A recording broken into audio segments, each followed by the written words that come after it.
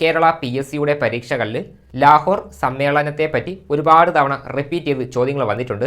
കോൺഗ്രസിന്റെ ലക്ഷ്യം പൂർണ്ണ സ്വരാജാണെന്ന് പ്രഖ്യാപിച്ച സമ്മേളനമാണ് ലാഹോർ സമ്മേളനം.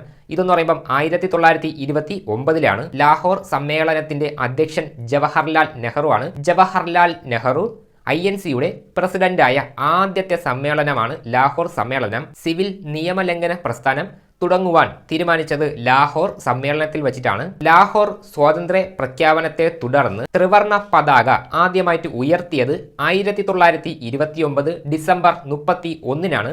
എന്നാൽ പൂർണ്ണ സ്വരാജ് പ്രഖ്യാപനത്തെ തുടർന്ന് ഇന്ത്യയുടെ ആദ്യത്തെ സ്വാതന്ത്ര്യ ദിനമായിട്ട് ആഘോഷിച്ചത് 1930 ജനുവരി 26. ഇത്രയും കാര്യങ്ങൾ പ്രധാനമായിട്ടും പഠിച്ചു വച്ചേക്കണം. ഇന്നത്തെ ചോദ്യം, ഇന്ത്യയിലെ ആദ്യത്തെ സമ്പൂർണ്ണ സൗരോർജ്ജ വിമാനത്താവളം ഏതാണ്? ഇതിൻ്റെ ആൻസർ കമൻ്റ് ഇടുക.